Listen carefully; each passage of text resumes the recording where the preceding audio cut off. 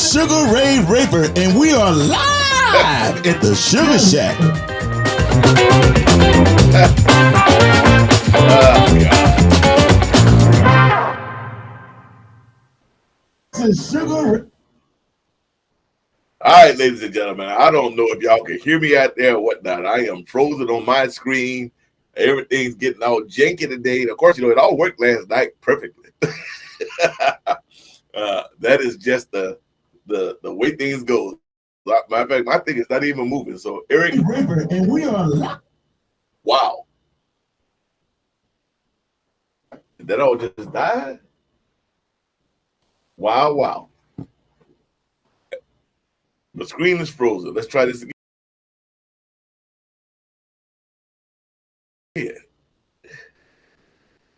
2, 2, 2. Wow. Well, I hope somebody can hear me. Maybe not, because at the Suga Shack.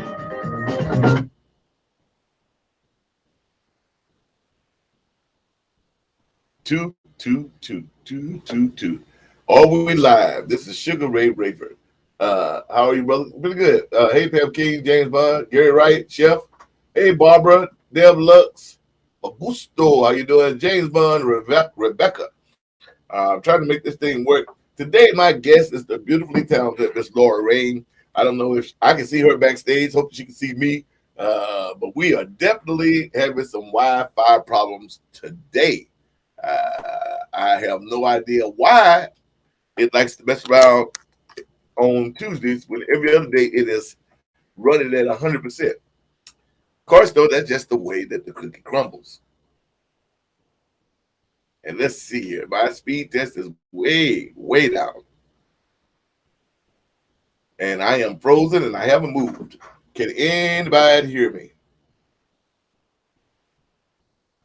Eric, you hear me? But can you see me? This is what I get for being overconfident. I'm like, I got.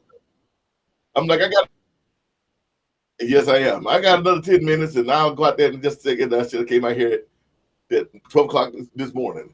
There's always something. You can hear me. Thank you, Monique. Okay. Anyway, so I guess today Miss Laura Rain out of Michigan, y'all. I met Laura way back in the day, back when I was still running the jam over at Cozy's in over in LA. And unbelievable talented woman, great singer. A band is Laura Rain and the Caesars. And I will like to try to play a video, but I'm afraid because on my screen, my big old head is frozen. It's been frozen for like 5 minutes. So hopefully you guys can see me and see what's going down, because I can't. But we're gonna make it go anyway. So Chef, let's see. Hey Chef, let's see. And tell all the folks out there, YouTube, thank you for being on. Julie Richard, aloha. It must be nice over there in Hawaii. Be careful about the underground volcanoes. Anybody heard about what's going on with Tonga? Have they finally been able to get a hold of the small islands? Because as of yesterday, I thought they had not got a hold of the people on the small islands. Anyway, we're gonna keep this rolling, and I'm gonna try to make it do what it do today.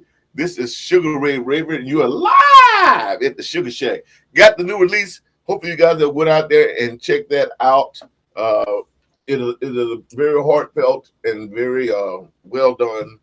I'm making all kind of noises and stuff there, man. It's crazy. Well done CD. Yeah. I don't know how that did that, but okay. Yep. Check one. There we go. It's all kind of problems. But with the Wizard of Oz back there, we're gonna make it do what it do. Barbara Caden said I'm moving around on her screen, so it's just me that's frozen. Okay, good. But then I'm gonna try to play these videos. I can't tell y'all because my camera, everything is frozen. I've been looking at the same pictures since before we started. Check this out. I want to play one here. First, I want to play this one. I'm gonna give this props to Eric Corn, my producer and writer and owner of the record label, everything over 40 Below Records. This is us in New York after like 15 days in a row of singing. Laura knows exactly what I'm talking about because she's had to do it. And then, of course, we're in the 15 days, and my publicist, Patty, is out there. She calls me up like, hey, man, Relax Studios want you to come in and do a live show, and then we're going to go down to Manhattan and Paste Studios want you to do a live show. And I'm looking at her like, you realize I just sang 15 days in a row, right?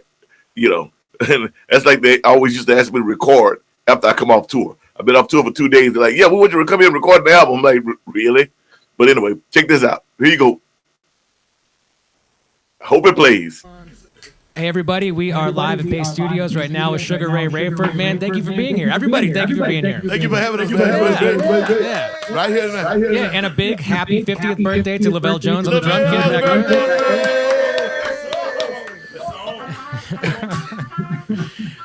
Man, thank you guys for being here. We appreciate it very much. You're going to play 3 songs off of Somebody Save Me, which is out right now on 40 Below Records. And can you tell us what you're going to start out with? Well, this third song is called I'll Kill For You, Honey. And it's about what a man will do for his woman. But the trick question is when he asks, would you do the same for me? Goes like this here. Come on, fellas. 1, 2, 3.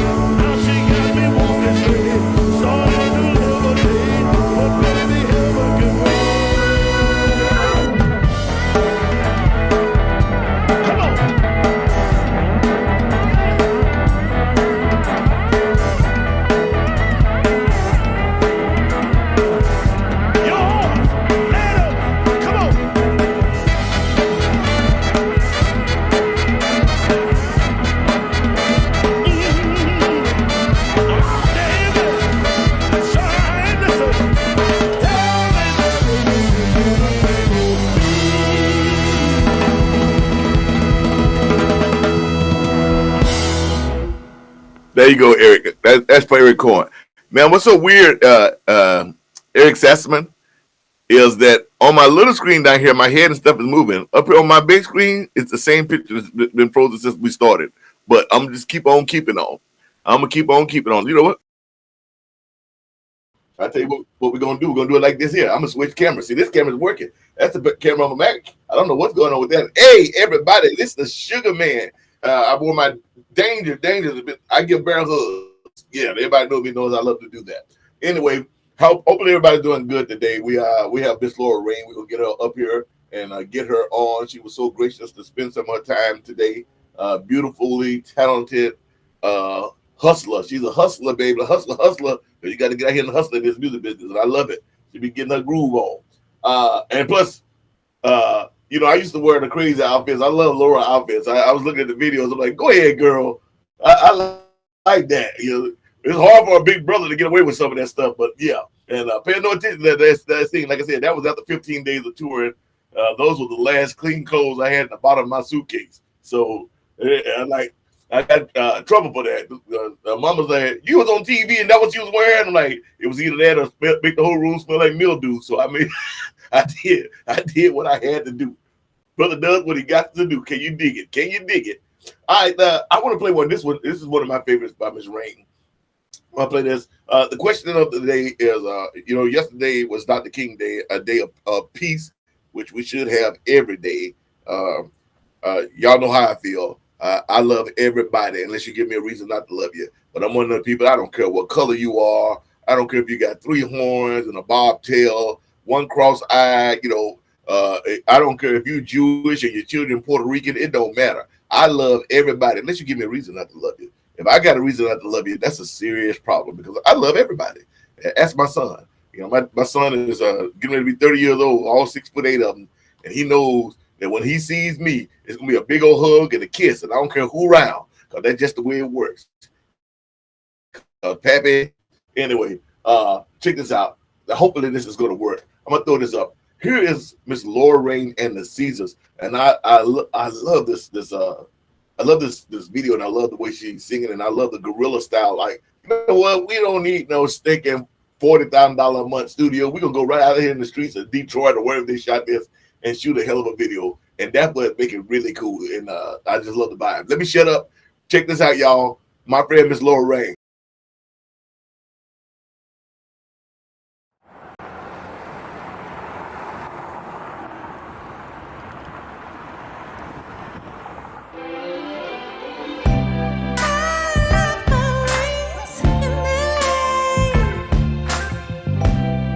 Left my confidence on, and I started my life back in Detroit, looking for some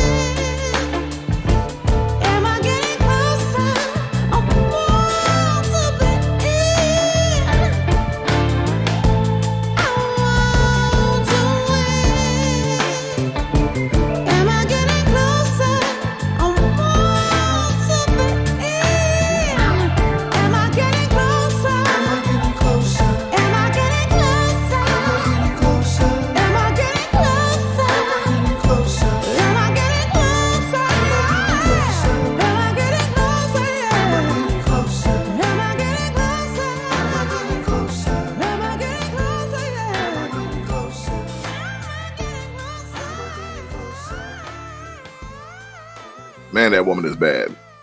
Yes, Miss Laura Rain, ladies and gentlemen. Am I getting closer to the wind? I like that, man. That and it's got that. Hey, Eric, did that freeze? Because it froze on my end at the end there. But God dang it. But thank God the voice kept going because I just love her voice. I love the style of the band. I can't wait to see them live one of these days. I don't think she had this band when we met back in the day in Los Angeles. But bad, man. Bad. The woman is amazing. And I'm going to try this. You guys bear with me. I don't know what's going on with my internet. I pay for 200 megabytes of download. Last night I had 198 megabytes of download, and today for some reason I got 2. Because that's just the way. It's not even 2. I'm looking at it right now. It's going with 1 point something. I don't know what the deal is. It's not on my end though. That is something with the actual company. They just decided to do whatever. Like, can I hear now? You can hear me now? Uh-oh. You should be able to hear me. Okay. Nicole Mullen, I don't know what that is. Yes, Nancy Lee, pure Detroit soul. Yes, she is. Yes, she is. Yes, she is. Matter of fact, I'm gonna bring her up here so she brighten up this picture because since I'm having all the other kind of problems, I might get someone beautiful, talented up here. Come on, y'all. Welcome to the stage, Miss Laura Rain. Come on. Here it is. Let's see if this is gonna work. We're gonna see. There she is in all her glory. How you doing, Laura?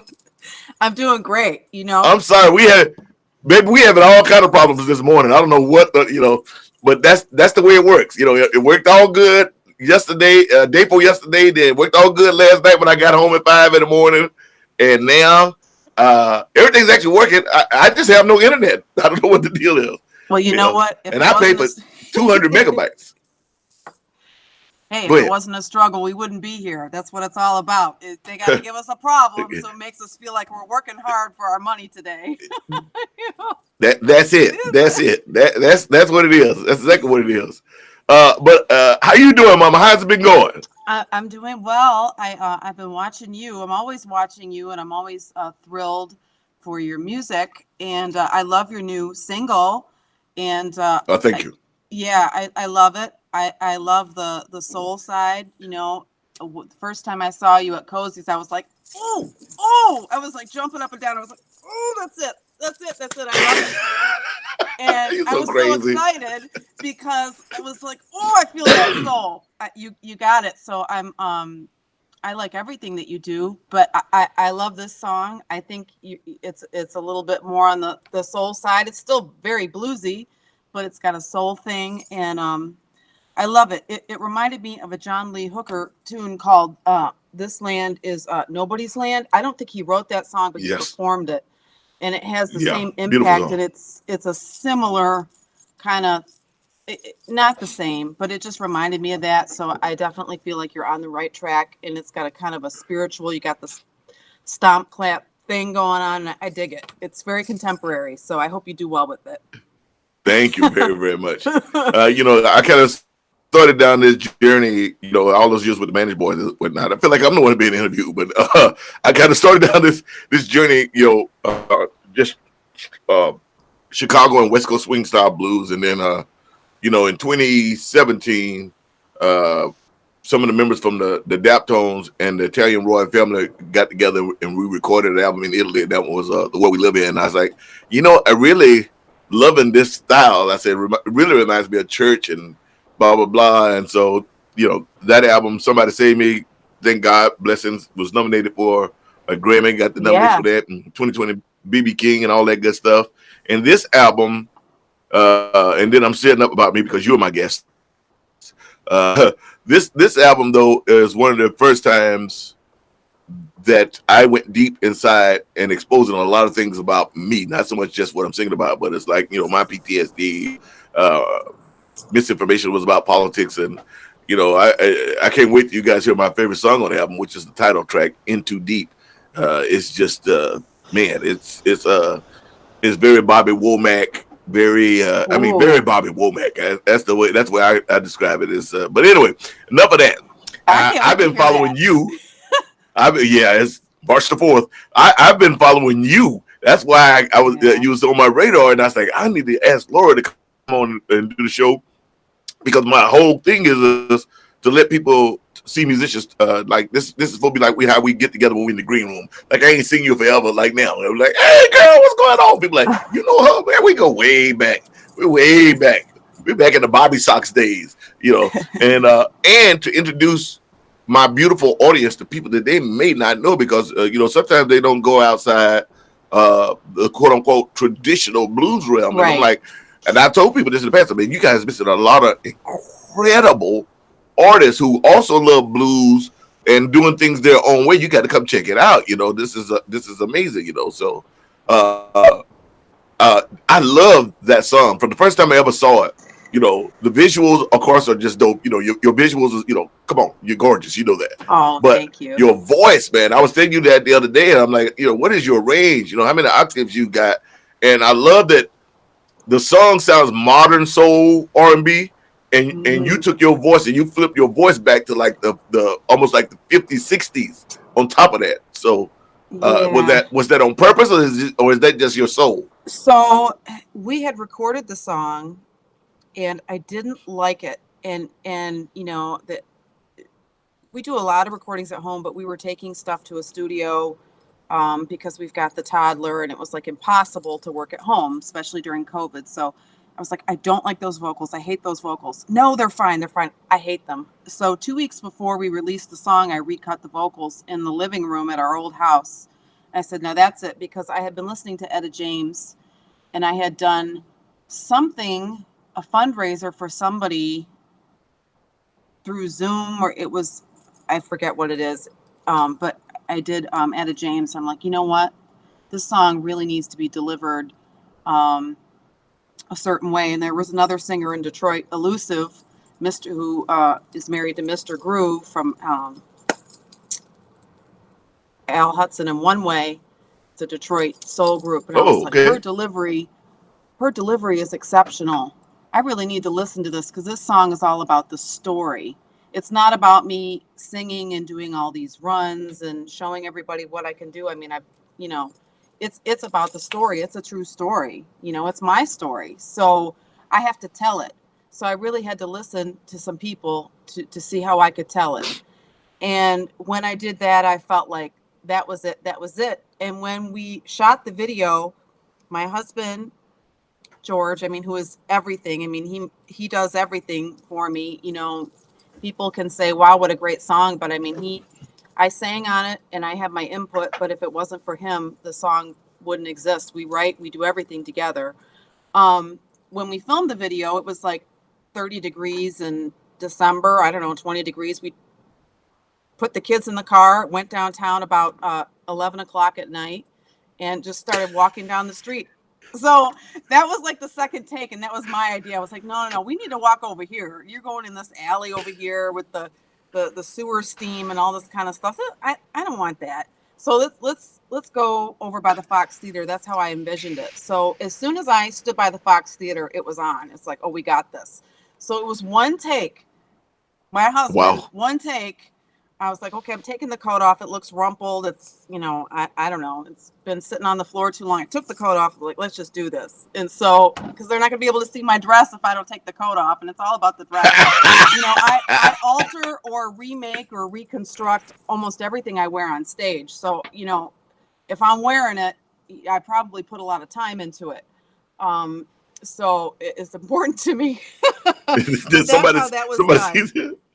Well, it's amazing. I love it, and I love hearing the backstories. One take, kids in the car. You didn't look like you was freezing. You took us off. It looked like it was cold there to me. I kept wondering that, and I'm like, I don't see any ice or snow on the ground, but I got a feeling that it's cold. It was filmed December 27th, 2 days after Christmas. Yeah. In Detroit. Mm-hmm. Yeah, you know it's cold. Woodward, yes. Mm-hmm. Yeah, it's cold. Theater. And it's cold. Yeah, it was cold. It's not as cold as it now. It's colder, but I tell you, that song did not get its due in the U.S. However, we received 275,000 views on Facebook of that song. Now, for me, I've never received any type of attention that amounted to that. So that was really a breakthrough for us, and that really opened a lot of doors to all kinds of people. It's like the universe opened, and all these kind of things trickle down, and we're still reaping the benefits from that, and trying to keep up and trying to make, more great music. But that is how it goes. It's like the blues world has been amazingly, incredibly supportive of me, and I will always be a blues man. But I kept listening to a bunch of Bobby Bland stuff, and I was like, we had did a tribute to Bobby Bland, and I met Mrs. Bland and Rob Bland and those people, and I just started, I started going back because my regular horn guys are from the Amy Winehouse band. Right. And they knew all those guys, Daptones and Sharon Jones and all that, and so people kept telling me, like, after Charles passed away, God bless his soul, after Sharon passed, then Charles, and then people were coming to me, Daptones and Luca Sapio in Rome. They came to me and they said, "Man, right now there's only one person that's actually doing soul music, not just R&B soul." And I said, "Well, who is that?" They said, "Well, it's a guy named Lee Fields. You got to check it out." It's like, Sugar, you should jump into this fray. And I'm like, man, I don't know, I'm older now. And they're like, yeah, but that for this stuff, they want your voice and blah, blah, blah. And they talked me into it. And now that I'm out here and going out and done some things, Americana and some things, and I always bring a little blues with me. If you see one of my shows, Right. I'm gonna do all these albums, but I'm gonna throw some slapping blues in there because I'm a blues band. So wherever I'm at, they getting a little medicine on top of that. But it's nice. I started all that to say it's taken me a while to go over in this AAA lane, this whole other lane with the soul thing. And that other album I was telling you about, it didn't do well in the States because I think it was how do you say this? It was miscommunication with language barrier, and they wanted me to leave my band to do a world tour fronting that band, which is, don't get me wrong, it was made up of the Italian royal family and those Daptone guys and all that, but I'm like, I put too much time and effort and energy in my home band to just give up. I've turned down a couple lead singing gigs. I won't say the names here, but big bands that have asked me to come in front of their band, and I'm like, yeah, it'd be really good money, but everything I've done over the last 20 years would be almost for naught, and people don't realize that, when you come in to do those bands, it won't be Sugaray and blah, blah, blah. It's going to be the blah, blah, blah. And, Right. and maybe if I'm lucky, maybe they might say feature Sugaray. I doubt it. You just part of the band. But I said all that to say, but once those people get a hold of you, once they get a chance to see you, then they start to digest all your stuff. So I don't know if this has happened to you, but like over the last couple of years, for me, a few years, people loved the world we live in. It got great acclaim in Europe. The 3 different write-ups in Rolling Stone magazines in Germany, Wow. France, and Sweden, all that. But over here, no one even knew about it. No one even knew about it. But now people are starting to go back. Since the Grammy nom for me, now people are starting to go back and they're buying like all my old stuff, all the way back to my first solo album. Cool. Has that been happening to you guys? Well, so when Closer to the Wind came out, we had people from the UK buy whatever we had on the website. We were selling all of our back stuff. I mean, they would buy it all because they had not heard of us. And I mean, when I discover an artist, I want every album because I want to see where they started and where they are now. So Okay. that's a natural thing. I think when people are enamored by you and just like, oh my God, I've never heard this. This is new. I love this. Where did this person come from? So yeah, that seems like a natural thing. I'm in agreement. And I think the crossover thing, we are blues based. We come from a Detroit R&B blues style. It's a little bit different. So when people might say, oh, she doesn't do this kind of blues or she doesn't do blues. No, I do. It's always in my music. It might not be in every song. It's always on the album, and it's how we put together our music. But it is always there. Yeah, it's part of you. I do things the way that I want to do them, and I don't like to be confined to a certain type of music because I feel like there's so much more that I can do. And since we're independent, why can't we just do? If I wouldn't have done the more of the soul side of what I like to do and just really thrown myself out there, I never would have connected with all these people. So why not? You Right. just have to do what is in your heart and not be afraid. at the time. And if I feel like I'm going to make an all blues album, I'll do it. And I'm sure I will. Right now, we're still kind of mixing back and forth. It's kind of like, I like this, but we always have like some type of hard driving, funky blues song on our album, no matter what it is. Then we've got like a disco tune. I don't know. It's crazy. I don't know who else does that. It's probably a really bad idea, but I do it. No. If you go back, if you laugh at, I'm serious. If you go listen to my album that came out 2017, The World We Live In, they did the same thing. I mean, there's not so much just straight ahead blues, but when the album came out, I told the blues world, because I didn't want my blues fans to run over and pick this up, thinking that this is gonna be like one of my regular just hard hitting, mule kicking in the stall blues albums. I told people, like, this is not a blues album, it's a soul album. So, be careful, buyer beware. I'm letting you know right now, so that you're not writing me later, cussing me out, like, it's a soul album. But there's a song on there that they wrote called Boogeyman, and it's supposed to be about Halloween, but it's a straight disco. I mean, it is. And I laugh every time I hear it. My grandkids love it. They're like, man, we love this song, Papa Ray. They be in here dancing, but it's disco. And then we had reggae on that album. We had there's some world music, some Americana sound and stuff, and so that album, which is so weird, and this way it works, is that particular album is how the record company now I'm with now is how they found me. They didn't know any of my blues stuff, even though this guy lives, breathes blues. He hadn't heard any of the blues albums, Wow. at all. I'm like, dude, I've been nominated like 16 times. You haven't heard? He's like, no. And we in front of the Orpheum Theater in Memphis. And he's like, but I heard that World We Live In album, and man, that album is amazing. He's like, did you write those songs? I said, no. I said, the way that happened is I came off a 4-month tour. I said, at the time, my wife was my manager, like she had been. I said, I took 2 days off, or she gave me 2 days off, and on the third day, she said, that was a Wednesday. I woke up that Wednesday. She said, "Oh, I just want to let you know now that you rested. You have to fly to Italy Friday." I'm like, "Friday?" And I'm like, "For what?" Like, you got to go record an album. I'm like, "With who?" She had already worked it out. So I landed. I hadn't met these guys. I hadn't talked to nobody or anything. But that's the beauty of our music, and that's the beauty of being a singer.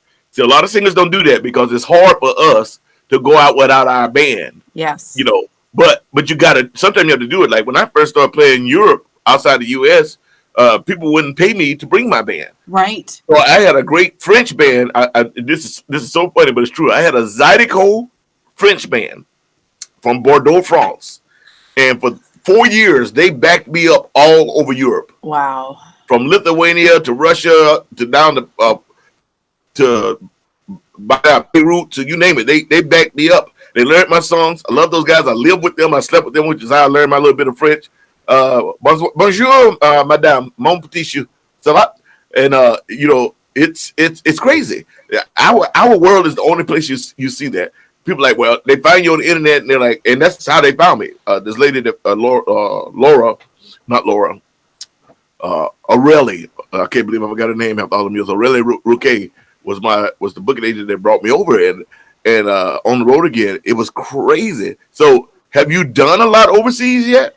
No, we went to France once, and we did a week there, and it was great. And I learned to speak French too while getting caught in a bank turnaround, and all the lights went, and they wouldn't let me in. I'm like, ah! I was trying to get. I don't know what I was doing. Trying to get money, trying to deposit. I don't know what I was doing, but the bank turnaround, I guess you have to push a button or speak, and everything's they don't different. let you in. And I'm like, and the people behind me are shouting, telling me what to say. So I'm like, there's like 10 people behind me now because I'm like frozen. So you learn real quick when those situations happen. I mean, I had been working on my French, but yes. And in Paris this time of year, let me tell you, the shopping is off the hook. Oh, you sound like Pam. I literally for 10 years spent the last 10 years, well, not these last couple with the COVID and the year before, but I spent probably 6 months of my year was in France because I had I built up such a following there, and I've done every festival, medium to major festival in France, everyone except Cognac. I don't know why, and Michelle, the guy that runs it, actually is a buddy, but I haven't done the Cognac festival. But I always tell people I like Bordeaux better because Bordeaux is a big city, but it's medium sized. I can get around better, blah blah. And people get mad because they're like, Paris. I'm like, man, I've been to Paris 50 times. My wife and I have been together 27 years. We love each other and all that, but we ain't trying to kiss under the Eiffel Tower. We did that back in 1990 something. Right. But Pam loves it because her and I call her my little sister. They're the same like you. I'll be out there working. They be shopping their butt off. But I tell you what though, the grocery store outside of town, the store that's like the Meijer, if you go in the perfume aisle, you can get a whole bunch of stuff like cheap, and you bring it back, and everybody's like, "Wow, that smells awesome!" And you're like, "I paid $12 for this," and so you can find some real interesting things. The flea market, Montmartre, I found some great stuff. It's France. You're in a different country. So the great thing, like you said, you coming back with stuff that other people can't really get. Because it's not on the American market or blah blah blah blah. Like I wear Angel for Men, and I found out about Angel for Men probably 17 years ago. Pam and I sitting in Avignon, and I was doing a show. We had stayed at the house, and we had some time, so we decided to just go shopping a little bit. Or she decided to go shopping. I had to go along. And they had Angel for Women had been out for a little while, but they hadn't made it for men. And we bought this, and it was like, I swear, $25. And I came back to the States, and I would be in elevators, and even now people come up to me like, "What's that you wearing?" Women come up like, "Ooh, I like that smell." And it's 20-some years old now, but I've been wearing that fragrance. Now, when I go buy it, even for like a 3-ounce bottle, it's like $125. But I remember getting it for $25. It's like my wife, they really love their champagne. My wife and my little sister, they love their Veuve Clicquot. They've been drinking Veuve Clicquot for almost 30 years. So I've been to all the champagneries in France. I've walked all underground tunnels. But when we started drinking Veuve, it was only like $25 for a bottle of Brut. Now, it costs you $70 because now everybody done jumped on the bandwagon. Then it's like $70 for a dollar of Brut. It's like $300 for a Grand Dame, or $80 for a rosé, like $90 for vintage. But we used to drink it $25 because those two, they kind of like with me with cigars. They love their champagne. They had tried them all, and they're like, "This is the one." Oh, that's the one for sure. Yes, but this is back. Like I said, this is 30. This is probably 25 years ago that I drank it for the first time, and no one knew it. Everybody was talking about Dom Perignon, Cristal, and I'm like, "Oh, those all." Ugh. Anyway, so did you enjoy your time in France? How was your food? Well, you know what? There were a lot. Honestly, the best food was the bakeries. You go in and have like a ham and fig sandwich, and then the falafel in Montmartre was amazing. It's like Are you sure you're not my wife? Y'all seem to be liking the same dang thing, because that's Pam. Pam is like the French bakeries. She is right there. That, and in the middle of the night, her Nutella crepes. Oh yeah. We had some of those. And then we had mussels. So in northern France. Beer with beer and cheese, macaroni stuff, and all that stuff. Yeah. What part of northern France were you in? I don't remember. Okay. I don't know. You have to ask my husband. I don't remember, but it was good. We ate. I ate and drank my way through France just like I wanted to. The wine and the cognac tastes like it has flowers in it. Because it's so different fresh. Yes. The butter tastes like it had, like you can taste the grass. Yes. It's amazing. So yeah. And that has a Kirkland. That's you didn't shove that in your suitcase. Yep. No, but this is I'm a shameless plug for these guys. This is Costco's cognac, and they actually have this distilled in the cognac region of France. It's true cognac, and this should be a $200 bottle, but because Costco made it themselves, it's a $48 bottle of XO cognac, 10-year-old cognac. Crazy. That's a good deal. Oh I yeah, know that's a crazy deal. yeah, and those are the only cognacs I buy now because I'm like I used to buy my Hennessy or Cavassier and all that, but they're like, too bad you never got to try Armagnac, which is actually older than cognac. And Armagnac is basically like cognac. It's just that cognac is from the region of cognac. You understand the names, right? Yes. This is why like you can't call yourself champagne unless you're from the Champagne That's region of right. France. You know, other than that, it's sparkling wine. So, but yeah, I love France. You know, I love it. I spent a lot of time there. Love the people, love the culture. Food wise, you know, I don't eat sea monsters, so I'm from the country. So I've had a hard time, like any sea monsters, like you start talking about mussels and all that. I'm like, okay, you lost me. I was with you. I was with you with the fromage and the vin rouge. But you start talking about mussels, I'm like, all right, I'm done. Go ahead. Well, But everybody has their own. everything is fresh there. Mhm. Did you go into the market because they don't ultra pasteurize the milk? So the milk is not even in the refrigerator section. The milk sits on a regular shelf like a box of cereal. Yeah, don't even get me started with the cheese and the olives. I mean, what I would spend here, I would spend pennies to get, a Yeah, hunk of cheese and some olives because I can eat olives all day long, any kind of yeah, olive. I don't discriminate. yeah. And a good bread. So yeah, I can go on and on about that all day. Just let me roll around in some good olive oil and some chocolate. Well, That's wait till you want to talk about olives and olive oil. Wait till you get to Italy. oh yeah, I can't wait. So just like when you're in France, you know, you sit down at the table, there's always some good cheese or they say Yeah. fromage. There's always a good wine. Like say even the table wine is crazy. But when you go to Italy, it's the opposite. So they do this thing I really love. It's fresh baked, like it's an appetizer. They put like when you go to a Spanish restaurant, they throw chips out there with salsa. When you're in Italy, they do this thing. They have the salsa with this fresh baked bread that they tear up, and then they have fresh olive oil in a little saucer, and then you add in your own little vinaigrette that they have with that, and you sop that up with this bread. It sounds weird, but it will drive you out of your mind. Oh yeah, I know it will. It's like a It- thin focaccia. yes, yeah, you know what I'm talking about. There, you know exactly Mm-hmm. what I'm talking about. All Yeah. right, so now you recorded this album in your yeah. No, I got to talk to food. I was like, Digress. I got to get out of there because I'm getting hungry. Uh, you recorded your albums. I love this. You did them at home, and now you were telling me day before yesterday that now for the first time you have your own studio here at your house. Yes, we recorded the first two albums in our living room, and then the third and fourth album we recorded at a studio in Pontiac, which is no longer. And I'm so glad we had a chance to record there because it was beautiful. We recorded both albums like live in the room, like old school style. So I'm glad we had that chance to do that because we had equipment and all kinds of things that we would not have access to. We got wonderful pictures and just really interesting sounds. I'm grateful for all of it. I mean, we write and demo everything here. And now in the middle of recording an album, we had to move. Like out of nowhere, we had to move. So Wow. it was like complete chaos. Like I can't finish the songs. I'm going to lay on the floor and cry when I'm supposed to be singing. It was a really stressful situation.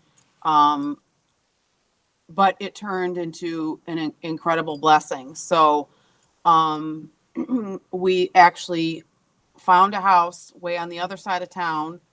And it was exactly what I had been envisioning for our family for a very long time. And it was just, this house was meant for me. It was meant for me. And I'm so glad that I stayed strong in my will to manifest what I needed because it came to be. So now we're in this great, cool, funky mid-century house ranch, and we've got this giant basement. So we've got a very large studio space now. It's got the cool 60s paneling on it and stuff. And it's great. We actually have just got back to work, to writing for whatever lies ahead. We've been promoting singles off of our album. We have a single dropping. I know Liam is listening from LRK, by the way. He's doing a fantastic job small label out of the UK, and Right he's on. a great guy, Liam Kenny out of LRK Records. How you doing, And, Liam? we will be releasing our third single, I'm Yours, off of our Rise Again album. The album, I believe, is going to drop April 8th or 11th, I think. There's been a lot of lag with the vinyl, so we pushed it back. So this will be second to the last push for the album, which is available on pre-order on the LRK Bandcamp site. But There you are, ladies and gentlemen. there you are. Because my media man is the bomb. He's telling me there. Yeah. Yes, thank you, Eric. Thank you, because I can't remember all this stuff. My mind is like a sieve. So You're doing really good. so we've been we've been working down here. We finished a couple projects down here so far, and I think there'll be a lot more to come. We got off our mark from creating and working very hard at what we do to make a living, and we had to go through this whole stressful, transformative situation, and now we're kind of just settling back in, booking dates and getting back to recording. And we hope, we're trying to secure some other business things to up our game. It's you know exactly what it is, and the Yes, I do. unbelievable amount of hard work. Like you're is this the day that I give it up, or is this the day that I make it happen?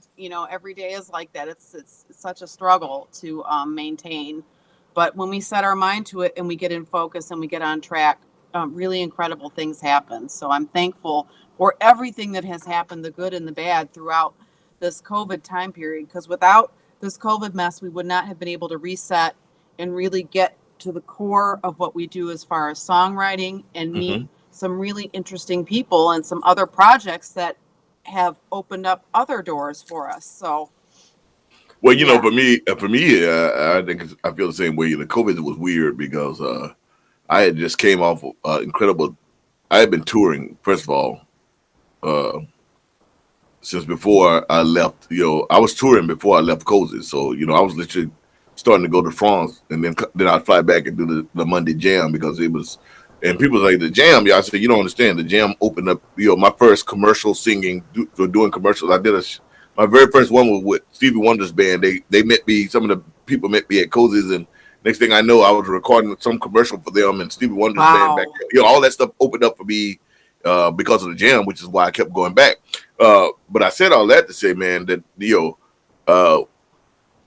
when I met Eric Korn on that street corner in Memphis in front of the Orpheum Theater, I was supposed to go in and play with my buddy Del Toro Richardson, but I was so tired, mentally, physically, that I just stood outside in a nice suit. I'm in a nice suit. Pam was with me, and that's where I met him. And the pandemic hit, and between you and I, this is before we found out about my wife's cancer and all that, but I was actually. What's the word I want to say? I was actually relieved a little bit, because I was mentally and physically exhausted. I don't know if you saw what my schedule was like, but I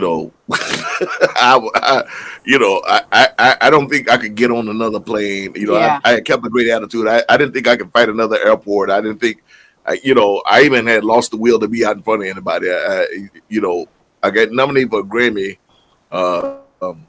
I didn't even go to the after party. I decided to go and do the Blues Cruise instead, because I even though I knew the Blues Cruise was going to be work, I just needed a change of pace. I was mentally and physically exhausted. Man, it's been 2 years. Pam is doing good. I'm mentally back and I'm ready. Trying to get myself back in shape. Now I'm ready to play. But I said all that. I was wondering, like, have you been gigging during the pandemic? What's been going on as far as that sort of thing? So we were doing some streaming shows, and then we kept getting bombed by the toddlers. So it was like, it's cute, once, twice, but then every time it's like, okay. So we actually have our mindset to do that very soon, because we have no excuse other than to just do it. Wow. We've got to get down all this new material for our new album and start putting it out there. Last summer, we got quite a bit of work at the last minute, which carried us through oh my God, because, it's like we hadn't been working and then we have to move and now who's Which going to is give us a house with no work? anybody that's ever moved, you know how stressful it is. And when you're talking about you trying to do a recording and moving all that and making sure stuff doesn't get erased and blah blah blah, it's extra. Yeah. It almost killed me, but that we came out triumphantly. So that is in the past, and we won. We really won. We won several battles. So congratulations on that. Thank you. But we will be. I actually canceled a show last Saturday. Okay. And then he ended up having an issue, so we canceled the show anyway. But there's COVID everywhere, and so it's like crazy. It's like, okay, well, I know we have to live with it. We have to move on. We have to get out and work. But I'd rather be outside at a festival situation. I was actually in DC in the fall. Mm-hmm. Was it the fall? It was September, I think. I don't even remember when it was. Oh, you was just down the street from me because that was my first show back in 18 months. I didn't bring the whole band. I just took the 5-piece, and we replaced Shamika Copeland right there in Pittsburgh. And it was a last minute thing. So I was there. I was just down the road from here. But go ahead. So like the owner told me, we're going to check vaccination cards and this and that. So we get there. I mean, it's butt to butt. It's butt to butt. And I don't sing with a mask on. And I don't know if you've seen me run my show, but I am in the crowd. I'm in it. No, you're just like me. You're just like me. I'm in it to win it. Yep. So, you are just like me. And it happened to me in Virginia. I wasn't even thinking about it. We did the Virginia Folk Festival because we've only done about 9 shows since this whole thing started. Because I've been, with Pam's situation, I have to be very careful. Yeah. But it was like probably a 3rd, 4th show back after. And I told you I have a whole new band, so it was one of the shows where the band finally gelled to where I felt like the old band. You know what I mean? And I wasn't paying attention. I was so caught up in the music. I was out there walking through the crowds and all this stuff, which I can't bring COVID back home to my wife. Even the not the producer, but the guy that put the festival together, he called me that night. He's like, "Sure, man, incredible show. 2 things." I was like, "Yeah." He said, "It's the Virginia Folk Festival. Could you not play Comfortably Numb again?" And remember, this is still COVID. You cannot go out in the audience. I'm like, I apologize beyond apologize. I said I was so caught up in the music. I was going. I was back to old Sugar, just walking through the crowd. It was outside in the tent, but there's no excuse. Thank God I didn't get COVID then, and because these guys were being very tough. But it is tough because we have to change the way we do music. How do I run my show? I mean, I'm still, I have a, I wish I was much further along, but I feel like I want everybody to know that I appreciate them coming to my show. So I personally try to reach out to everyone there because that's how it is. They buy a ticket, they buy a beer, they've spent $150. They bought a couple CDs, had a couple beers, whatever they did. Yep. That's and they drove and took time out to see you. They drove, and in these smaller towns, sometimes people will drive 2, 3, 4 hours to go to a show. So to make them personally feel welcome and appreciated that they went to your show is paramount to anything else. Yep. Because I know that they will come back if I'm in their town again, and hopefully I will, gain them as a, long-term fan. We should do a show. Laura, just on our front man or front person etiquette, because see, I took my cue from BB, and so I may do a show 5,000-10,000 people. I will come out there. A lot of times I'm sweating. I don't even go back and change. I come right out there and I start shaking hands and kissing babies and talking to people. And I've done that for 2 or 3 hours. And somebody asked me that same question, like, Ray, I said, because I appreciate that I said, y'all talk about the money. I understand the venues and I got to make a little money. I understand that. But for me, it's the time. I said, people are busy. They got a million things to do. So when people spend their time, which is more than money, to drive an hour, 2 hours, 3 hours, spend all that time to come see you, I want to do everything I can to make sure that their show was incredible for them. Right. And You know, I'm not one of these guys. I'm not going to hide in the green room. I'm coming out there. I want to talk to you. I'm going to sign CDs and blah, blah, because that personal connection is huge. I agree. It's not, and it's funny because there's not a lot of cats that do it. I play a lot of quote unquote big shows with a bunch of quote unquote big name guys, and a lot of times we're at these festivals. I'm the only guy out there. Yeah, but I know your guts are on that stage. Now I know I haven't seen everybody perform, but I've seen you perform, and so your guts are on that stage. So when you give that much of yourself, you have to connect with the people. I mean, that's if my guts are not on that stage, I didn't do my show right. That means I'm slacking. I don't care how bad I feel, how the sound sucks, how I'm mad at the drummer. The bass player still hasn't learned my songs, and it's been 6 weeks on the road. I got to stick it to them. And if they're not feeling, I got to stick it to them harder. And I got to stick it to them so hard until they feel it in their guts and they just don't know what to do. Sometimes, you just keep. So I know exactly how that is. So, but that's why I said you're my favorite soul singer. You are soul singer. You are preaching. You are preaching. Thank you. And you are preaching to the choir. I love that because a lot of people just don't get that, or I think that they get. I don't want to use the word jaded. I think sometimes people have been doing it so long that they've forgotten. Especially once you get a little success, when you forget. That $100. I mean, because this went way up. That $100 or I don't even remember what. Like a lot of times when I'm playing, a lot of times the tickets are crazy. Now they said if I have $80, depending on who I'm playing with, and blah blah. I think Shamika and I's got to have a show to do together in Roanoke, Virginia, at some theater, and I'm not sure what those tickets are going to be like, but that's crazy. I never understood when musicians who we are so dependent on those crowds loving you, how they get so jaded that they just take all those people for granted, or and I've played shows where I've been into some places, especially coming up, where we played this place in Belgium, French band backing me up and everything. This room holds about 500 people. The night before Toto had played, I played, there were 6 people in there. 6 people. One guy had driven 3 hours from somewhere in Europe to get there. And the band asked me, like, well, what do we do? I'm like, well, we got a 90-minute show. They're like, but there's only 6 people. I said, I don't care if there was 2 people. They paid their money. I'm gonna go out here and play as if this room was full, and that's the way it goes.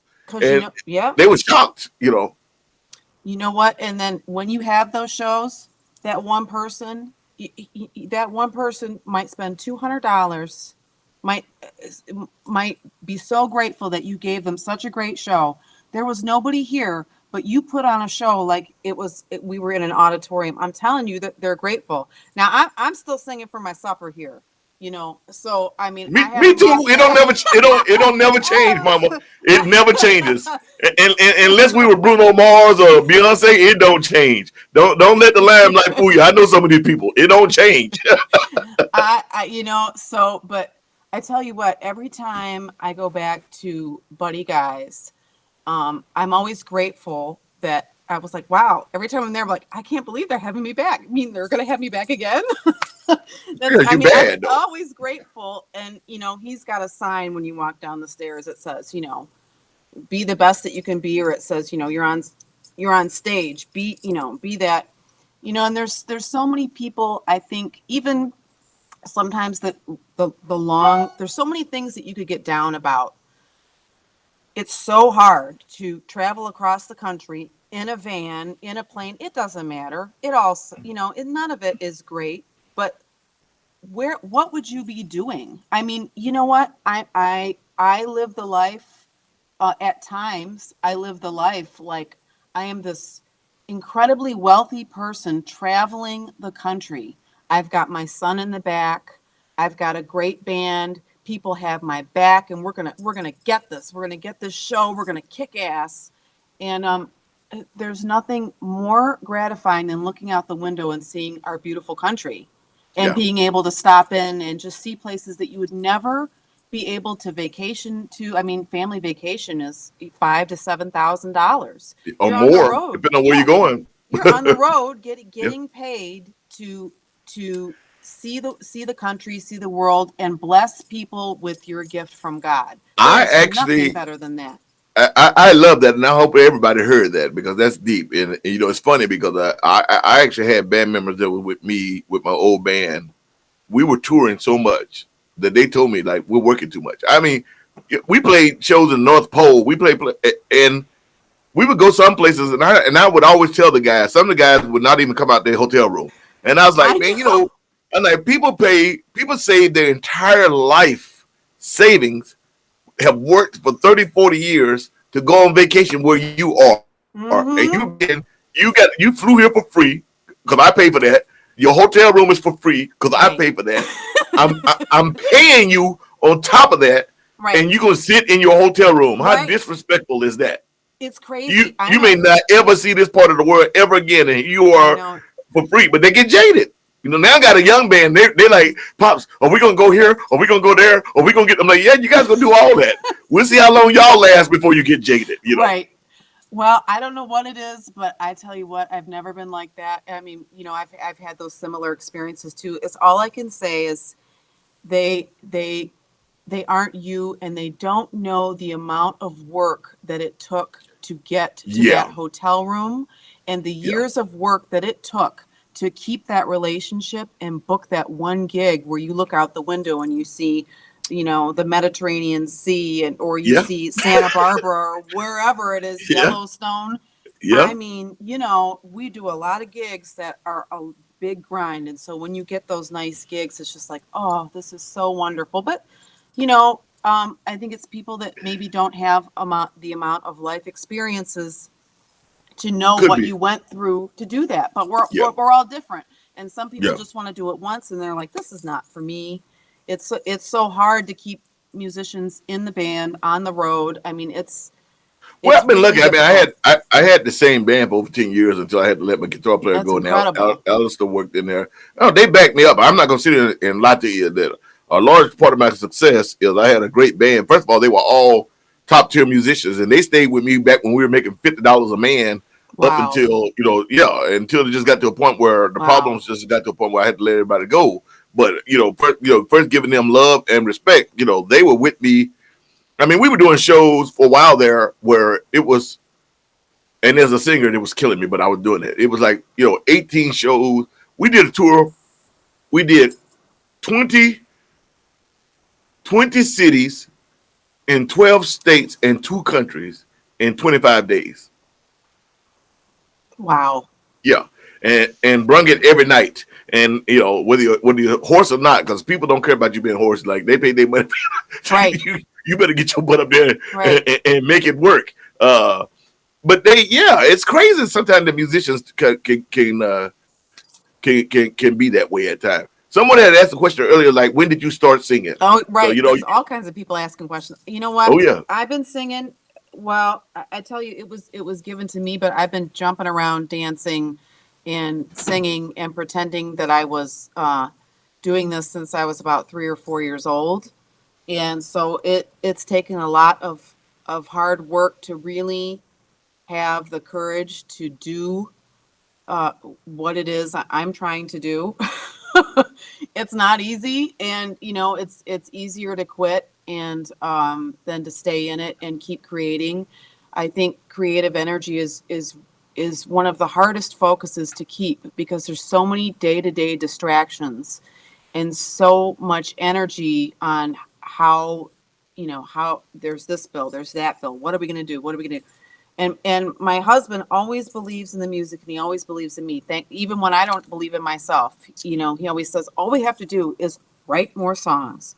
All we have to do is write more songs. And he's essentially right. But I'm practical, and like my head's going to explode, trying to figure out the matrix of how everything is going to work. But but you cannot do this work without having somebody like that behind you, And that's why I tell people all the time with me and Pam, is like when I met my wife, I was not doing music. I had given up on music. Pam was the one who saw me sit in with one of the bands where I used to be the cooler at. I had like 12 bouncers that worked for me, and I had 3 clubs. And, my job was, I used to tell people all the time, my job was to beat the living crap out of people, But so that was my job. And but she heard me sitting in with a band one time, and she was like, at that time we weren't even boyfriend or girlfriend. We were just friends. Like, You know, I just thought she was fine, and them short skirts and all them legs. You know, I'm a man. You know, that's what I don't know what your heart is like. I don't know what your morals are. I saw you walk through the door, and what caught my eye was like, look at the legs, look at the butt on that girl. Now, once I got to talk to you, you know, that was.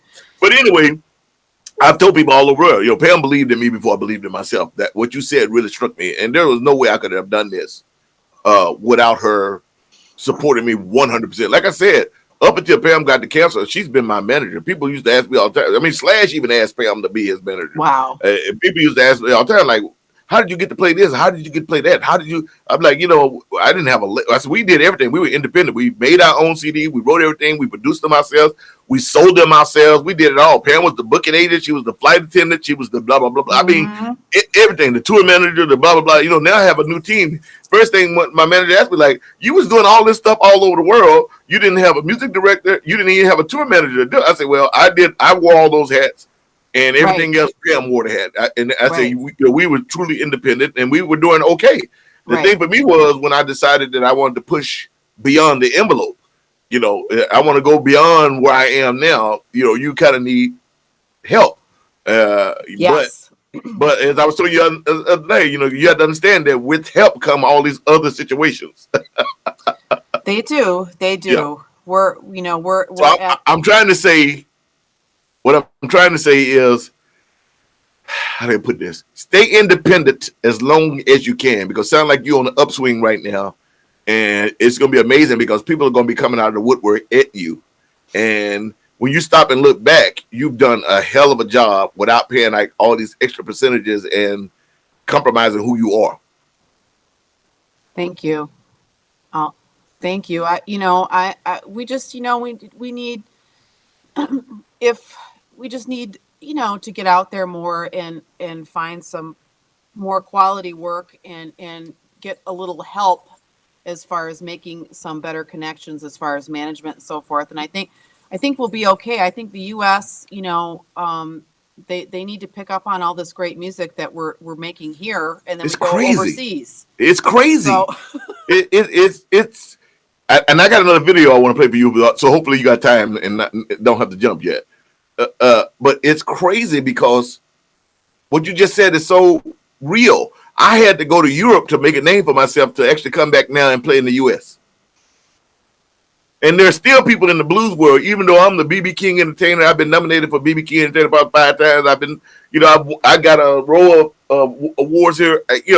All this magazine coverage, all this, and I'll still go places and blues people like, oh, I never heard of you. I don't even know what to say to that. Well, it happens all the time. It's crazy, and you're like, okay, I've been out here working for a while. Like, but all right, here, sit out here in this orders. When I get done with you, you know who I am. But I've gone places and people like put you on the bill, and promoters treat you kind of as we say janky because they don't know who you are. Now after we would play, then the promoter would become. You could tell, the promoter would come back over and be like, oh, but literally had no idea who I was. Right. The money I'm playing for is so ridiculous for where but that's the game. It's the game. But listen, before you go anywhere, I want to play one more video. I'm going to move me off the screen. Hopefully this is going to work. Ladies and gentlemen, I've been talking her to death. She is wonderful. And we're going to come right back with her, hopefully. And then we're going to get into some of these questions you guys have been asking. And then I'm going to actually shut up because I have diarrhea of the lips. But that's me because I love everybody. So I'll be right back, y'all. Check this out. Miss Laura Rain. Laura, you stay there. I'm going to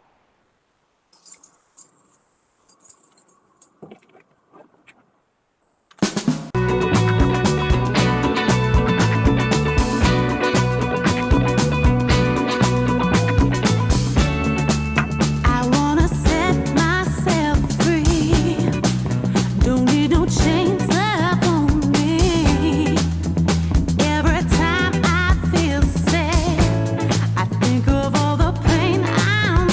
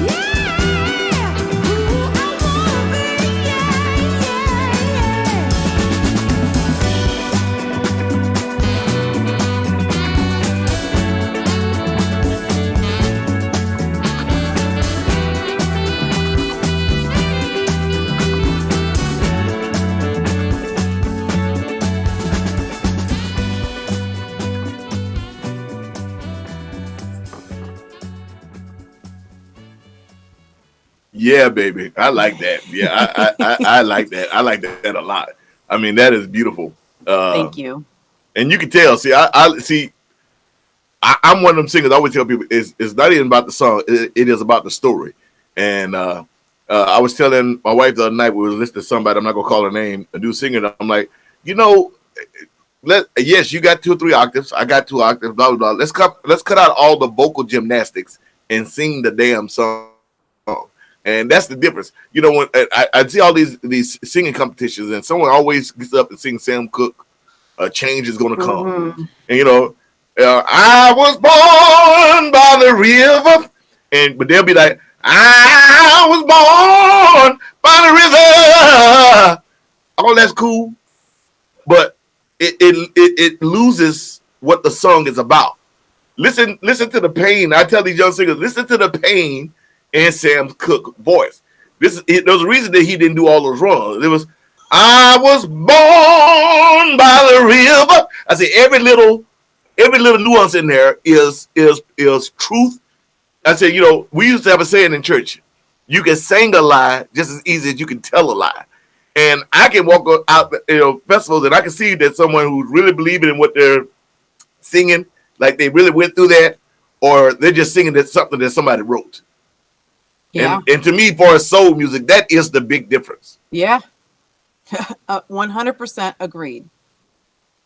But it sounds like you got someone who's writing with you and allowing, well, yeah, that's the bomb.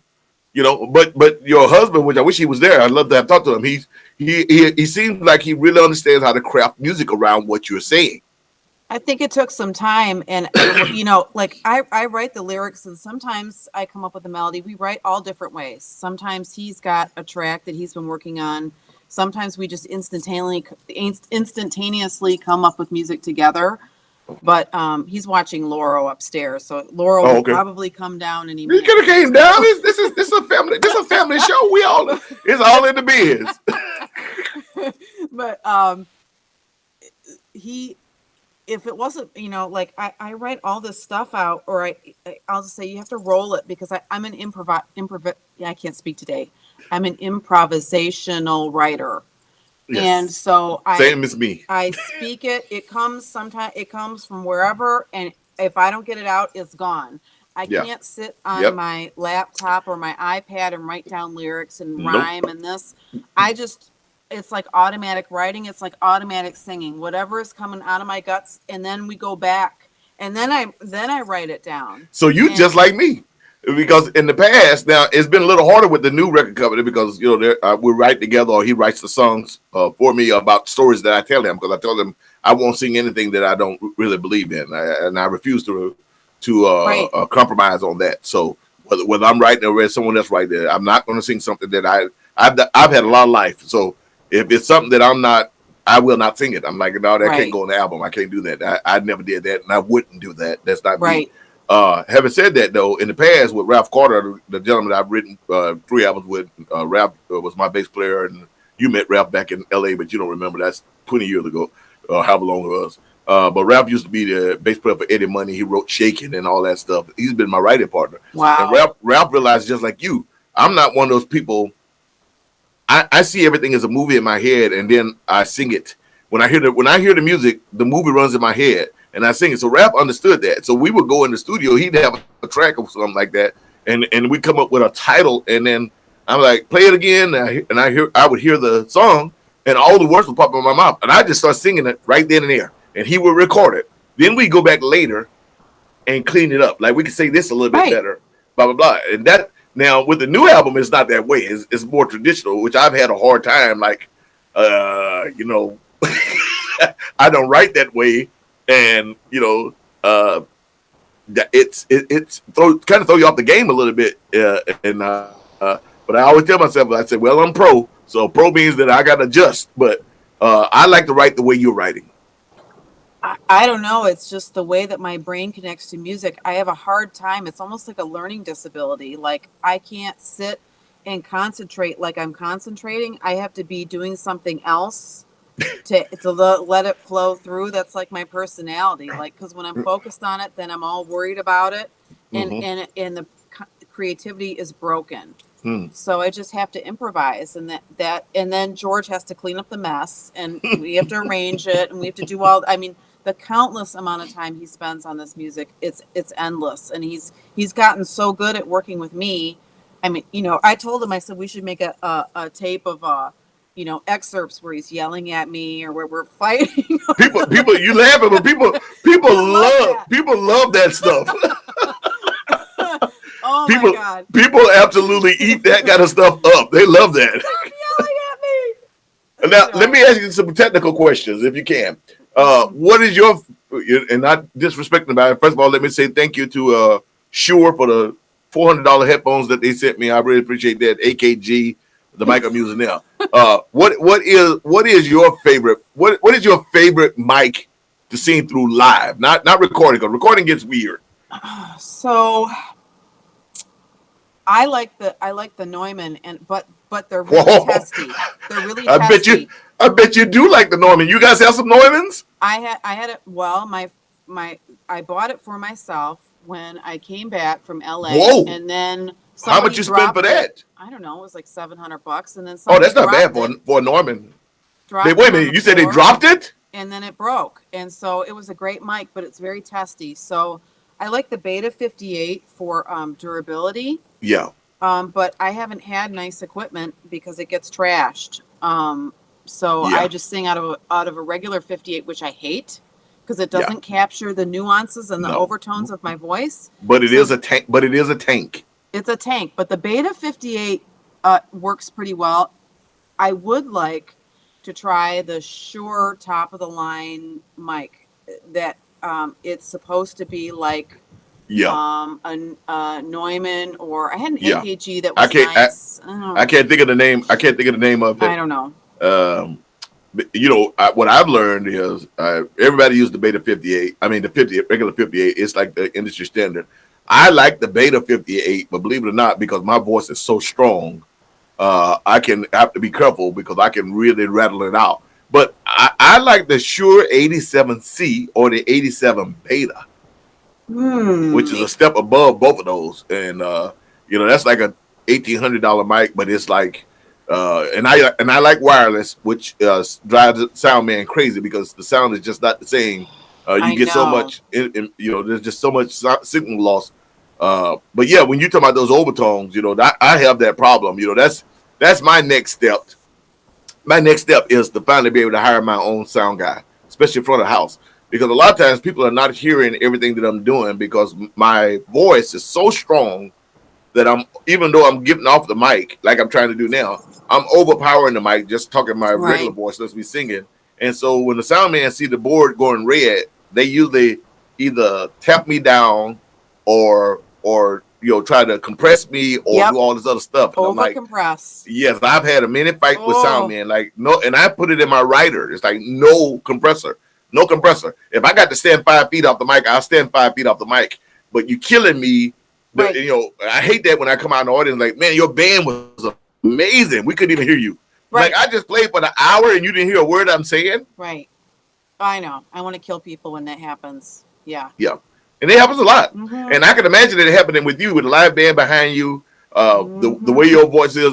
You can't hear overtones because the sound man is killing you. Mm-hmm. And the people don't realize that. A lot of times there are bands up there that are throwing down some of the best band you never heard. And I always tell that to the audience, this is the best band you never heard. And they're like, what do you mean? I say, well, out in the front of the house, all you could hear was the trumpet and the drums. You never heard any of the nuances that the bass player, guitar player, keyboard player were playing because the sound man. And then you know you get some of those sound men that their ears are shot. You know, like they can't hear high frequency anymore. And you walk out in the audience, it's just all bass, and you just like, really? You know. I know it. I've had a mini fight with sound guys, and you see in videos sometimes you'll see me bend over in the middle of a show. We're in front of 15,000 people. You'll see me bend over and unplug monitors because he's killing me. You know, the tones that are coming out here, I can't even. I'm 5 songs into the show and I can't even settle down. I'm chasing the mic. And I would literally unplug it, and I call it singing by braille. I rather use my head voice than you know, because what you got coming out of this monitor is killing me. I can't settle in. I can't, you know. So have you been? Do you have your own sound guy, or you been? No. Oh, no, so you've been. No, we don't. So we're subject to whatever hand and will of God at that time throws us whatever way the wind blows. So, Yeah. you know, but It's so true. you're grateful Audience, to get somebody that takes the time and tries to dial you in right. no, That's all I can say. there are a few, and I've had some shows. There was one of the last shows we did. We did a show in Vienne, France, in a 2,000-something-year-old amphitheater, and it was me, Lucky Peterson, and Marquise Knox. Toronto Cannon was there also, and I must say that sound crew worked their butt off. There's some of the best sound I had the entire year. I mean, I could whisper, I could shout, I could do the things in between, and everybody in the audience could hear that. And they had me where I was actually up over the band. You know, that's why I tell guys, like, my band this is a concert band. It's not a club band. And people are like, well, what does that mean? I'm like, it's a difference in the way they play, the way they attack. You know. Right. So I have to tell the band sometimes, like, if we play in a club, I'm like, listen, we're in a club. This is not a giant theater. This is not a stadium. This is a club. So you guys got to figure out how to play with the same intensity without blowing me out, because we're all within 3 feet of each other. Right. You know, but you know, it's a battle. People have no idea. I tell you what, we were in France and they did a 2-hour sound check on the drums, and I got 5 minutes, and I swear to God, and then you have other people start talking for you what they think that you need, and we all have stories about it. You know, you go on and on, but wait a minute, I'm the singer. Don't I get 10 minutes? Yeah. Wait, you want 2 hours? You want me to tell you something that we do now? Because we used to have those, I call them rehearsals, because they'd be like, well, we set aside 4 hours for sound check, and I used to be like, 4 hours for sound check? Mm-hmm. We listen, dude. We just did 9 countries in the last 11 days. Right. We'd rather take them extra 3 hours of sleep. So I actually wrote it into my writer that we're not, especially when I'm going on these tours, like, we're not doing sound checks. They're like, no sound check. Say, nope, we're gonna come on stage. We're gonna do a line check. We don't need to rehearse. Yeah. We've already played 180 shows this year. Right. We need Line the rest. check. We know what we're doing. We're gonna do a line check so you can make sure that the sound is coming out there. Because I don't know you. We don't have 3 hours to sit here and try to, 3 hours on the drums. Another hour on the bass, and then now we're doing the lead singer. Like, the doors open in 10 minutes. I'm like, yeah, no. Right. We're gonna do a line check. I need 15 minutes. I said, my guys will come up. They're gonna set up their stuff. Give us 15 minutes. We'll do a line check. Right. And I'll let you go organ. Yeah, let me have a little of this. Drums. Let me have a little of that. Keys. Blah, blah, blah, guitar. All right, let's play. And believe it or not, we've had the best sound doing that, because the guy don't have a chance to start turning knobs. That's right. I'm a fan of that. That is what I like to do. We don't have time. Well, I have it written in it is written in my writer. I can tell you, I've done those 4 hours, 5 hours in the sun of sound check. And then we looking at each other like, as soon as you get 2,000 or 3,000 people in here, dude, the sound is going to change. So why are we here for 4 hours? Yeah. Makes no sense. But it's been done that way for years. So everyone just wants to do it that way.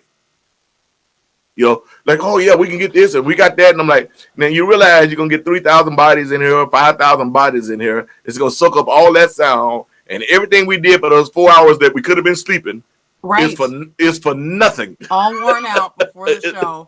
Irritated, worn out, and hungry. Yep. And hungry. Yes. Yeah, because you look like, okay, well, now sound check is done. You got next band. You guys got 30 minutes to eat. And then downbeat is at XYZ. And you're like, what? Yeah. All right, we ain't gonna hold you forever, because I can talk to you forever. So give me one more time the new album and release date as far as you know. Okay, so we are releasing single number 3 off the forthcoming Rise Again album, to be released on LRK Records in the UK. So go to the Bandcamp site. I think Eric had it down. He's got a great website. Can you put that up again for me, Eric? The album now. So I'm Yours is going to be released February 11th, 2/11. So a couple Fridays from now, we will be releasing that single, and then we'll be doing another push for the album. And by the way, there's a whole nother version of I Am on the album, different than what you heard. Really? Yeah, it was a last minute thing. And it just kind of came about. All those last minute things that happen to an album. Like, where did this song come from? There's always one of those on the album. Like, where did that come from? I don't know, but here it is. It sounds great. So Yes, February 11th, and then the album will be released, I believe, April 8th. I don't know if Liam is still watching, but I believe it's April 8th. So, U.S. and UK. So we will be doing a push with our people here and in the UK. So. Right on. I love the UK, man. It's weird. We literally just started playing the UK probably a year and a half before the pandemic. So we started doing it all over the actual UK and then Scotland and Ireland, which we enjoyed doing that. Well, first of all, thank you so much for spending the time. It's been an hour and a half, but it rolls. And I love you so much. I appreciate you. I want to wish you continued success, and maybe it'll get to a point where I can have you come in and open up for me and introduce you to some new audiences like that, because the same blessing happened to me to help me get to here, which I'm still trying to go to there, but I'm here. So that's all right. It's a blessing. Ladies and gentlemen, Miss Laura Rain, the soul goddess of Detroit. I got all these great sisters. You got to turn me on to some guy singers in Detroit, because I don't know how it works out this way, y'all. I'm not this. I'm a Christian man, but I happen to know at least 6 unbelievable women singers out of Detroit, and God, I know so many people out of there that I'm just kind of thinking, the competition in Detroit must be like just crazy. I guess so. I guess we're all. You better be able to cut heads, I guess, if you're going to say that you really do it. So yeah, we're not playing around. No, I mean you, Thornetta, the Groove Council. I can't think of her name right now. From the Groove Council. That's Kathleen Murray. Kathleen, and I know so many great people there. It's funny because I've only got to play Detroit like once. I was on tour headed to Canada, and we stopped at the place is closed down there, but it was Was it Callahan's? Callahan's. Thank you. We went through Callahan's, and literally we played the night before we closed. Wow. And you were like, "Yeah, well, I'm closing it down." I'm like, "This has happened to me twice." Eric, you was there when it happened during the pandemic. We were at that famous place in Seattle. I can't think of the name of it either. My mind's like a steel cell. But anyway, thank you so much for being here. Thank you for taking the time. We love you. I think we introduced you to a whole bunch of people around the world who had no idea. And they usually share this. And this will be archived on our YouTube channel. It'll be archived on our Facebook channel, so you can go and get it. Now, I like it better on the YouTube because the YouTube comes out 1080p. The Facebook would only allow 720, but all those people that are over on YouTube watching this, it's in 1080p and high def sound. So it's really cool. And Eric goes back and spruces it all up, make it look pretty. But this is it, ladies and gentlemen. This is Miss Laura Rain, beautiful songstress and writer. And hope you guys enjoyed meeting her. And I enjoyed seeing her again. And I'm looking at this outfit. Look at this outfit. What are you? Let me see the pants. All I can see is rips. Wait a minute. Yeah, they're rips. I don't have my shoes on, but that's okay. You're looking good, baby. I must say, I have never seen you where you wasn't looking stunning, that you wasn't done up. You are old school. Are you one of the women that go to bed with your makeup on? I do. I knew it. I met this old man some years ago. I was doing a festival. I think we were in Kansas. And he'd been married to his wife for 45, 50 years. And he told me, he said, my wife is old school. I think he was an old Jewish gentleman, might have been Italian. And he said, my wife is old school, Mr. Sugaray. And I'm saying, no, sir, you don't call me. I'm just Sugar. You the mister. I said, what do you mean? He said, I've been with my wife all these years. I've never, ever seen her without makeup. She gets up in the morning before I wake up or blah, blah, blah. I'm like, really? Oh, no, that's a little much. But that is much. That's old school. That is like, and I was like, really? Like, that's crazy. But hey, whatever it takes. I suppose we're together 24/7. So, I mean, he sees me. But I try to go to bed at least with my eyeliner on. So I still feel sassy when I go to bed. But with the kid, it's a whole nother level of. But he's so cute. How old is he now? He's 4.5. I can't believe he didn't bust down the stairs. The door must be I love locked. it. Was that yesterday or the day before yesterday? I mean, I've been driving for 16 hours, so it's kind of all Yeah, it run was together. 2 days ago. Yeah, he's Okay, he's 2 a days real ago. character. He's got the musician blood. You know, I toured up until I was 8.5 months pregnant, banging on my belly with that tambourine. So he is. Oh my God! Well, he probably got rhythm and soul. He's got something. I hope I didn't bang on that too hard. He's got something. Let me tell you, he's been on the road with us. He's been on 5.5-week tour. Nancy Lee, Whoa! she's on here, was the nanny, and we couldn't have done those big tours without her. Nancy Lee was your nanny? Mhm. Go ahead, Nancy Lee. was. Nancy comes in every week, so that's pretty cool. And it always, it's always nice to let people know how much they're appreciated, because when they're in the thick of it in the van, nobody's showered for 3 days. The van is like a combustible, toxic fumes. It's like you light a cigarette, the whole thing's going to explode. But you know what? Buddy. I tell you what, if it wasn't for her, we wouldn't have been able to do that big tour. So thank you, Nancy. You made it happen. She said some hearts. She said, I can't believe, what's that say? I can't believe he's, I don't know, 4.5. almost 5. Wow. Yeah. And she did everything with him. So Right on. yeah. It's amazing that in the music we meet people like that. People that want to put you up at their house, people that want to feed you. You just met them, and they just want to. I love our job. We do have our problems in our job, but I love our job. I love what we get to do and what we get to see and the people we get to meet. Well, absolutely. And she certainly sacrificed for us, and that just shows you how much she believed in our music, to go on the road and watch a kid on the road across the country. So, it's always good to be thankful, and we do appreciate everyone that comes into our lives for a time period, and it means a lot for whatever that's meant to be. So, and thank you for the blessing of allowing me to be on your show. It's so great to hang out with you. I know when I saw you backstage at the Windsor show, you can't really hang out at a show, and it was like we got called at the last minute to do that and open for. Oh, that's right! I forgot about that. You. I posted the pic. I never posted that pic. Wow, I forgot about that. That's right. Is that what I kept wondering, like, where's that picture from? I made that outfit too. Yeah. Right on. You should be a designer also. Oh no, I'm a terrible seamstress. But nobody has to with me. You always look fly, man. People pay, in this day and age, people pay.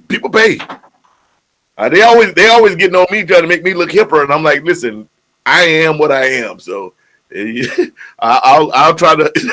You can't see this, but Eric is laughing so hard in the back seat he almost fell off his chair. I am what I am. I try to dress it up a little. I mean, I dress it up. I like to wear suits, but it is hard to tour when you're a guy my size with suits.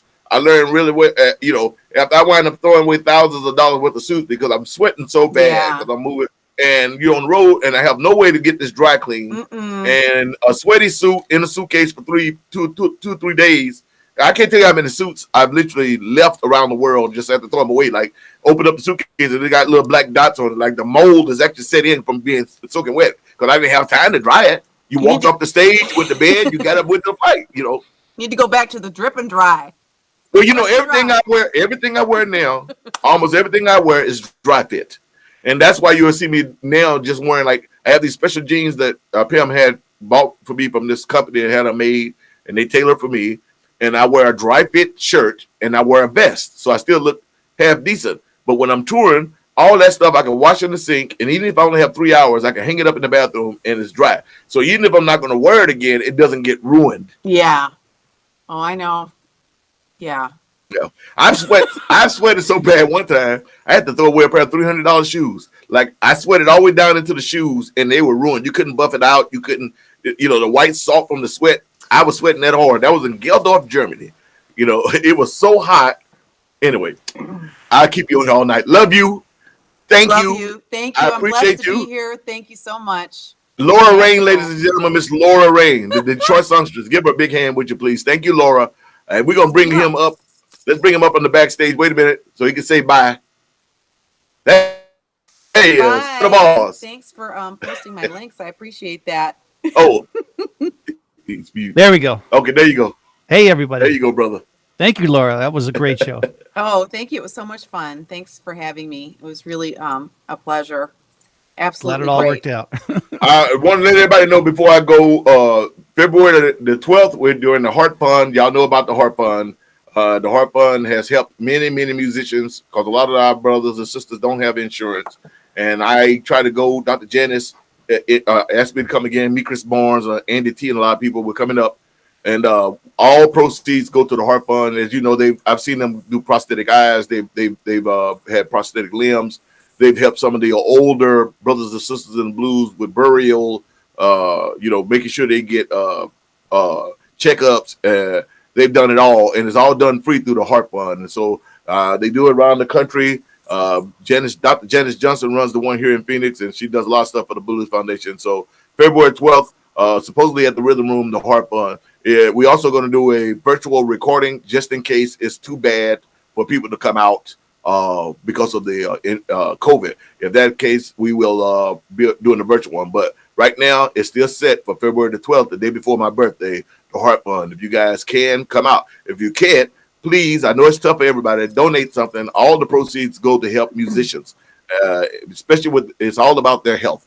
Because a lot of musicians can't afford some of the treatments that they're going through, and the Heart Fund steps in and helps with those. And I've seen it firsthand from the Pacific Northwest to here in Phoenix to things that are happening in Memphis. God bless you all. I'm going to leave you with this one. I haven't played this in a while. Here I am with the Italian Royal family and some of the members of the Daptones. Here's Take Me Back. Miss Laura Rain, ladies and gentlemen. Can you dig it?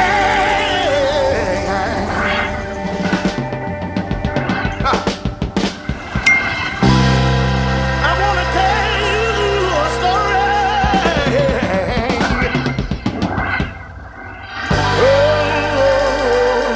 Hey, Shell. Bonjour, monsieur. Bonjour, ça va? Put your weight on it.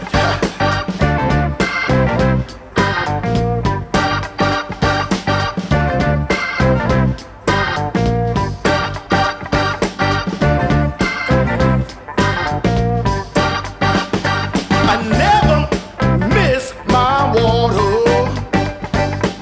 until my well went dry. I can't sleep no more. Ça va, monsieur. Ça va. Merci à vous.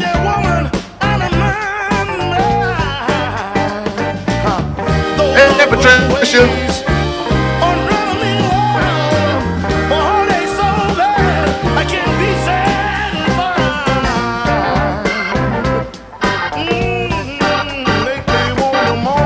Love that keyboard.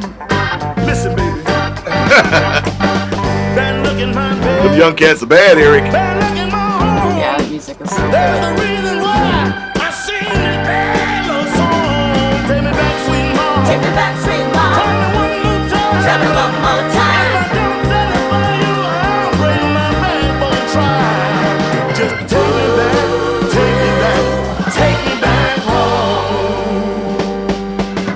Have you been low in spirits and you didn't know what's on your mind? Loving hurt you so bad.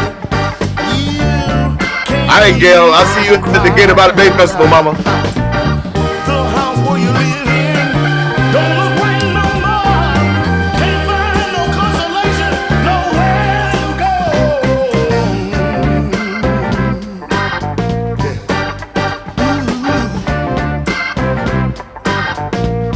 Oh, bad luck in my bed, bad luck in my home. There's a reason why I sing this bad love song. Take me back, sweet mom. Take me back, sweet mom. Tell me one more time. Tell me one more time. If I don't satisfy you, baby, I'll make my backbone try. Take me back, sweet mom. Take me back, sweet Tell mom. me one more time. Tell me one more If time. I don't satisfy you, baby, I'll make my backbone try. Take me back, sweet mom. Take me back, sweet